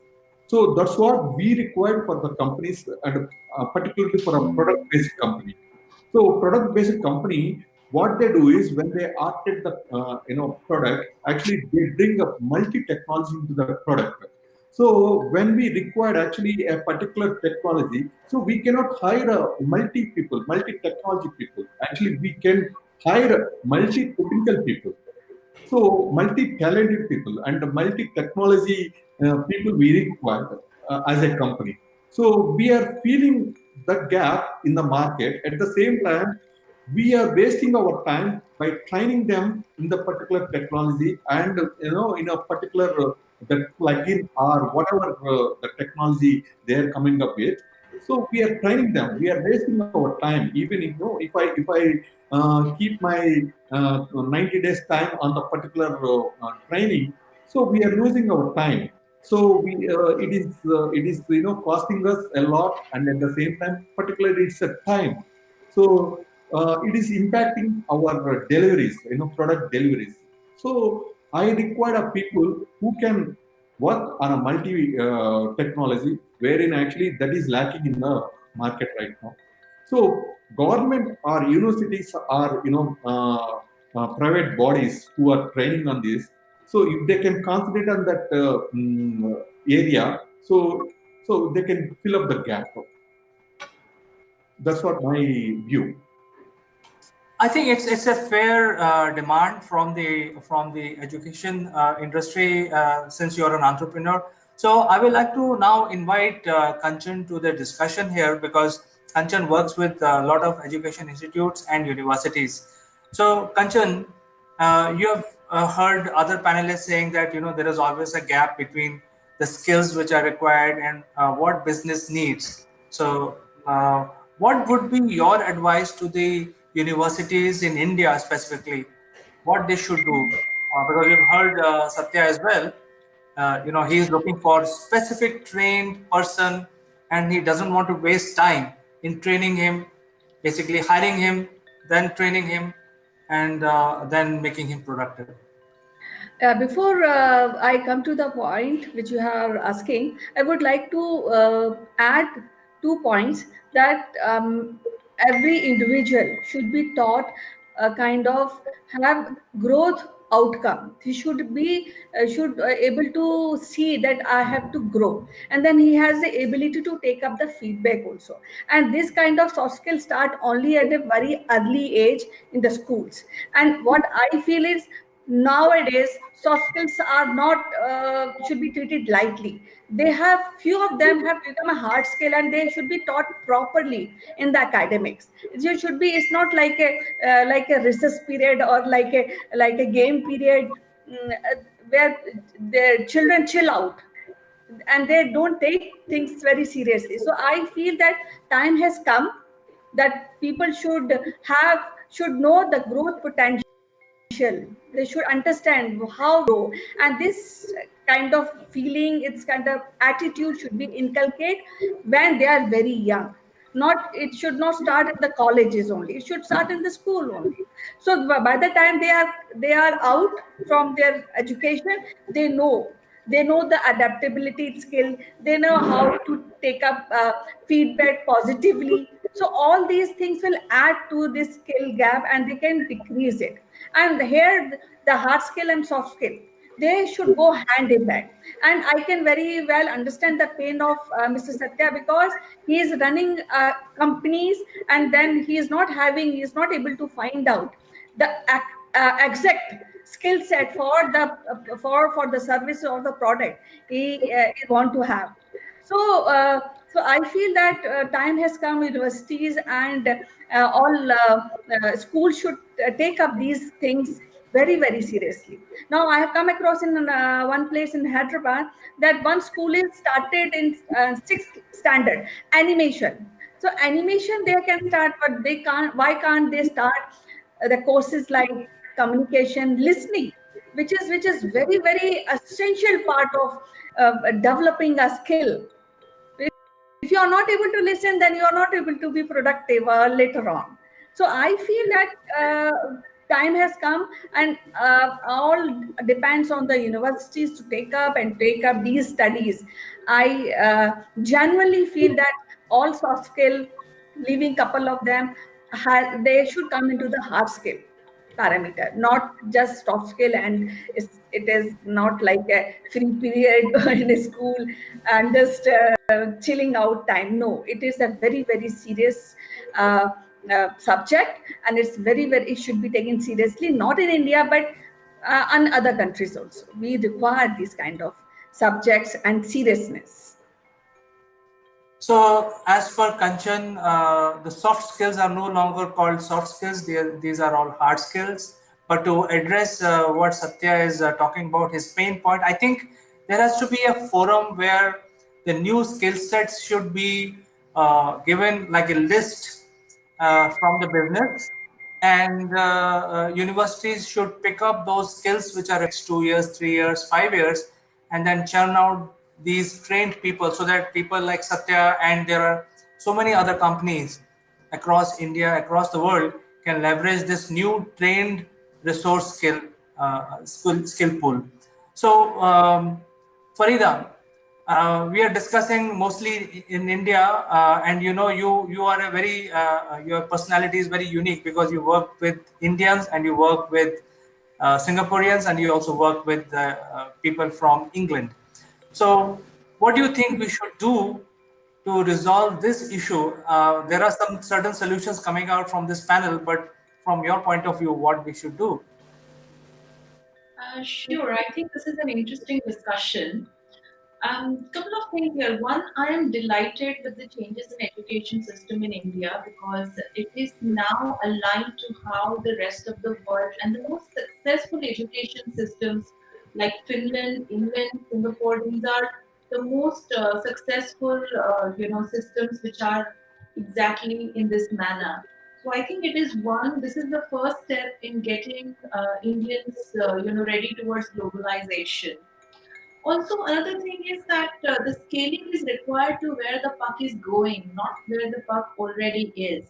So I feel that, well, I mean, there are a lot of solutions, but my opinion is that at this point in time, I would add to what Kanchan is saying, that soft skills are no longer, something that can just be left. And if somebody is really smart and, like Neville said, volunteers in class to sing the national anthem, you just kind of go with them.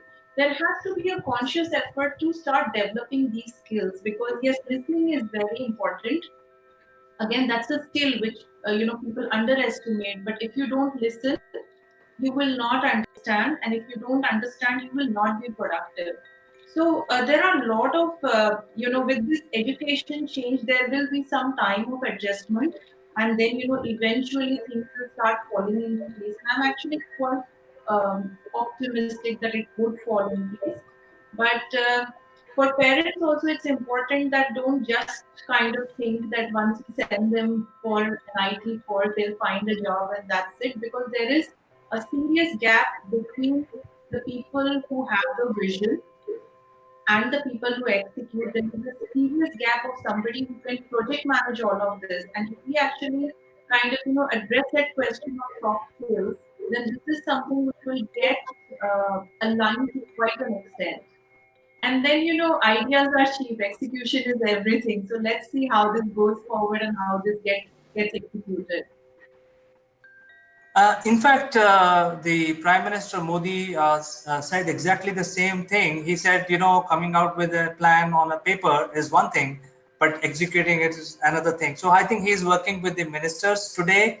He's having a very big press conference along with all the ministers, and asking them to roll out this policy, because I think this is the right time to roll out the new, we call it NEP, National Education Policy. So with this, let me go back to Satya, because Satya is running a company. One of his companies called Single Point Solution, which is all about the EV vehicles. EV stands for electric vehicles, and also the EV charge solution. So he's pioneering in this area. He has got the whole setup. But I think his problems, I believe as a professional myself, that his problems are multiplied, simply because, even the government has announced certain curbs on applications from China, but still a lot of stuff is available. In Satya's space, there is a competition. So while he has got a situation where there are not enough skills people available, at the same time he has got a competition from China. So I would like to know his opinion, uh, what his suggestion to the government of India would be. Yes, okay. Now, actually, my suggestion not only to government, actually, my suggestion I wanted to bring forward to parents. That means actually, society and educational institutions, wherein actually, they are. You see, the candidates, students, they are more with the college or university. Almost 70 to 80% of their life they spend with the college or a school or something, and they spend some little time with the parent, because when they come back to house, actually they'll spend some time with the parent. When it comes to candidate, actually, so they need to motivate in a certain level. Actually, everybody needs to take their time. It's a parent or the teacher who is leading the class, or the university, whoever is taking that take lead. So, and at the same time, government. Now, first comes to actually parent. Parents required to motivate them to go in certain direction. Then after that, actually, they need to take a suggestion from class teacher or whoever is leading the. And the third one needs to take care by government. Now, when it comes to, say, for example, if the parent, taking them to some direction, wherein actually teacher or lecturer, professor will take care of them to, grow them in that particular area, and government requires to provide some sort of infrastructure. So, with the combination of the three, like we can get a good skilled people in India. So this is what my brief suggestion to everybody to fill the gap in the skill sets. So actually, first required, as Kanchan said, like the student or the candidate required to motivate them in what direction they wanted to go. So nowadays, actually, they can go in any direction and they can and they can get the job. No, there is no limitation. So there is no limitation for the skills. There is no limitation for the opportunities. So just motivate them, what direction they can go and take the opportunity. So that's what we require to, send the message to society as well as the colleges and government. That's what my opinion on this skill gap. Excellent, Satya. So I think let us ask the last opinion from Neville, because Neville is a very senior person recognized in the industry, is also well known globally in the change management arena. So Neville, I think we will leave the stage to you for making the last comments. Thanks, CK. I'm not too sure about the prominence of my experience here, but however, Satya mentions motivation. And he mentioned it so many times, you would think that we all know how to motivate people, because he says it with a passion. And the reality of life is we do not know how to motivate people. Parents don't know how to motivate themselves, let alone motivate their children. And this is where we start with a problem. And it was the reason that I started Your Passport to Grow, because there's a massive gap in the marketplace. It's not that education doesn't value these soft skills. They do value them. They believe that it is a byproduct of being in school. So just like you would do in a network, everyone gets together and they start communicating and things happen. Well, the school has that same type of theory. It is a theory. Because for some people, that's all you need. As I said, walk into a school and look at 6, 7, 8-year-olds and go in and ask for a volunteer. You won't get many. And that's the issue. If you don't get many at that time, as they go further and further in their life, the numbers reduce. They don't increase, they reduce. So the satyrs of this world, the real go-getters, the entrepreneurs, the ones that are basically saying, I'm an engineer, I've got an idea, I'm going to go and make it happen, is diminishing just because of actually the education system. It's not a fault of the education system, it just happens because that's what happens. So as I say, education values these, but they don't know how to deliver it. And we don't deliver soft skills, we don't get better at soft skills in an hour's discussion, you know, once or twice a term or twice a year in your discussion groups at school. You do not learn to be a good communicator in a couple of hours. It takes a lot of practice, as we've seen with people expressing their views on here. You know, the more practice you do, the better you get at it. But who knows what's the right practice? And the thing is, a lot of these knowledge transfer, which education is, it's a knowledge transfer.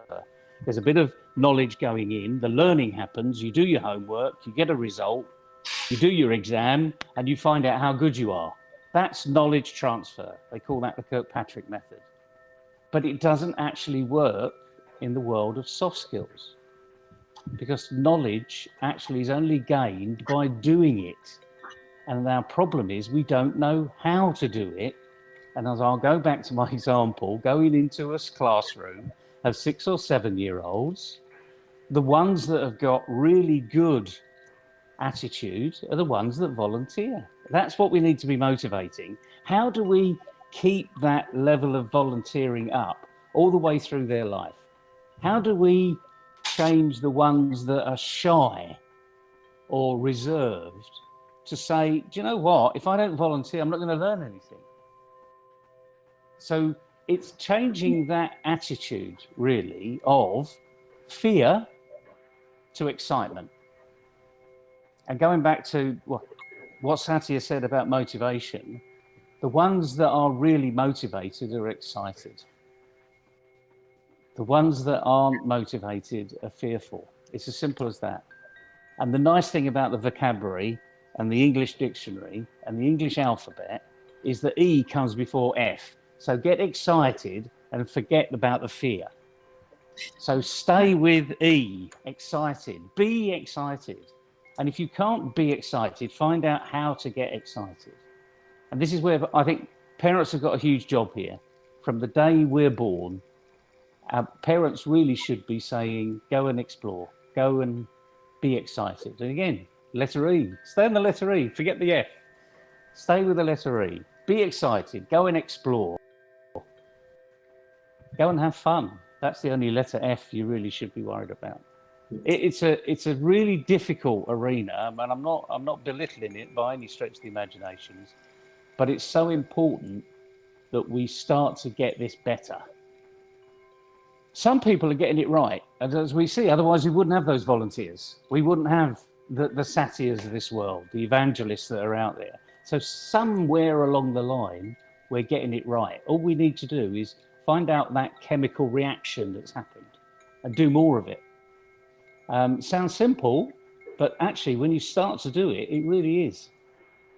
So that's why, you know, we created Your Passport to Grow, simply because we take people on that experience that other people don't get. And at the end of the day, what is the bottom line here? And the bottom line is self-leadership.